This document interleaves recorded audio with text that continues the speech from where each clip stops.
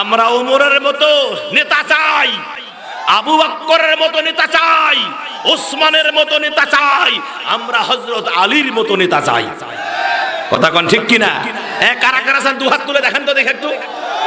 লিল্লাহি তাকবীর। আল কোরআনের আলো, আল হাদিসের আলো, তোমার নেতা আমার নেতা বিশ্ব নবী মুস্তাফা, তোমার নেতা আমার নেতা, আমরা সবাই রাসূল সেনা, ভয় করি না বুলেট বোমা। লিল্লাহি তাকবীর। আমার সম্মানিত ভাইয়েরা, মা বোন যারা আছেন, মাগো আপনারাও প্রস্তুত থাকবেন। ইসলামের পূর্ণাঙ্গ বিজয়ের জন্য আপনাদেরকেও ত্যাগ স্বীকার করতে হবে, আপনাদেরকেও ত্যাগ স্বীকার করতে হবে। অনেক ছাত্রীকে, অনেক কলেজের স্টুডেন্টকে ছাত্রীকেও গুলি করে হত্যা করা হয়েছে। কথা বলেন ঠিক কিনা? এজন্য মা যা পারেন তাই নিয়ে প্রস্তুত থাকবেন। আমরা এবারে চাই কোরআন যেন সংসদের সংবিধান হয়। আমরা চাই কি কোরআন যেন সংসদের সংবিধান হয়, আর এটা আমাদের করতেই হবে। আমি বলতে চাই, বাংলাদেশে যত মৌলবি আছেন, বাংলাদেশে যত মৌলবি আছেন, আর দলাদলি করিয়েন না। একটা সুযোগ পাইছি আমরা, আর পা চাটিয়েন না, আর তেল মারিয়েন না। তেল মারা বাদ দিয়ে নিজের সম্মান নিজেই বজায় রাখেন, মাথা উঁচু করে দাঁড়ান। সবাই এখন জামাতে ইসলাম থেকে শুরু করে যত দল আছে ইসলামী দল, সব দল এক হয়ে যান।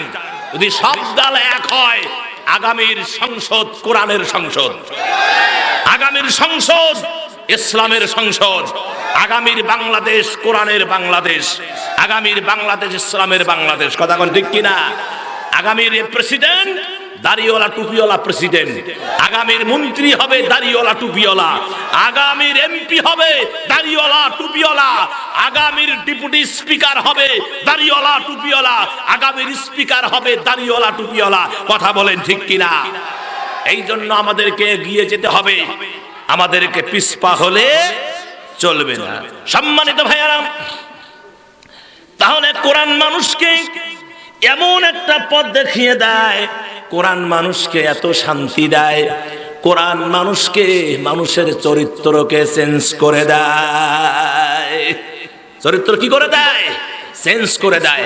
কোরআনের কাছে আসলে কোরআনওয়ালা হয়ে যায়। যেমন মুসা, কাল যে কথাটি বলতেছিলাম, পার হয়ে গেল, আল্লাহ বললেন শোনো, পাগলামি করো না মুসা। মনে আছে না নাই?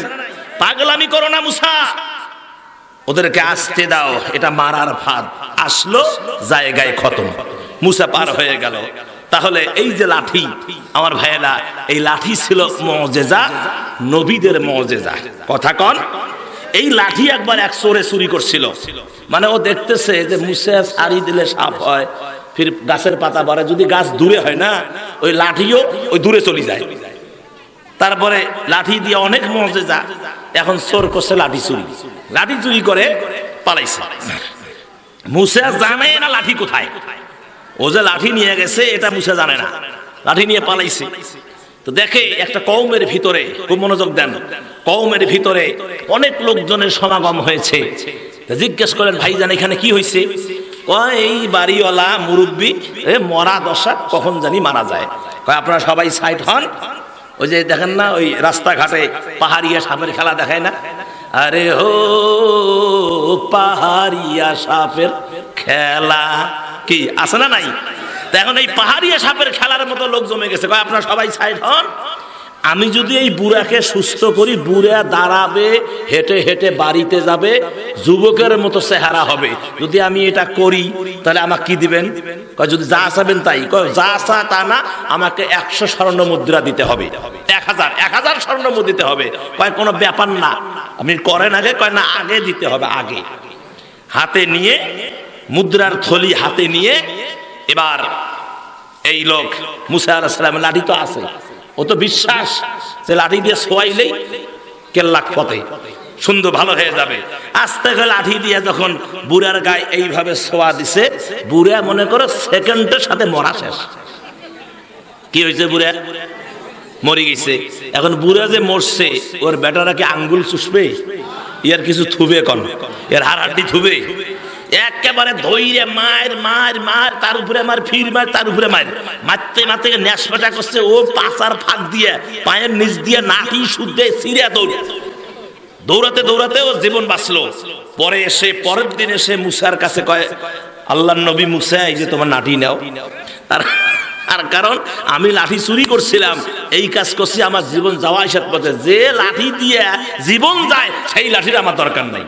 মুসা কয়, এই লাঠি তো সবারে কাজ করবে না, এই লাঠি দিয়া আমার ভাইয়েরা মুসারই সম্ভব, আর কারো সম্ভব না। কেননা এটা আল্লাহ প্রদত্ত লাঠি, এটা নবীর মুজিজা, এটা অন্য কেউ ব্যবহার করলে হবে না।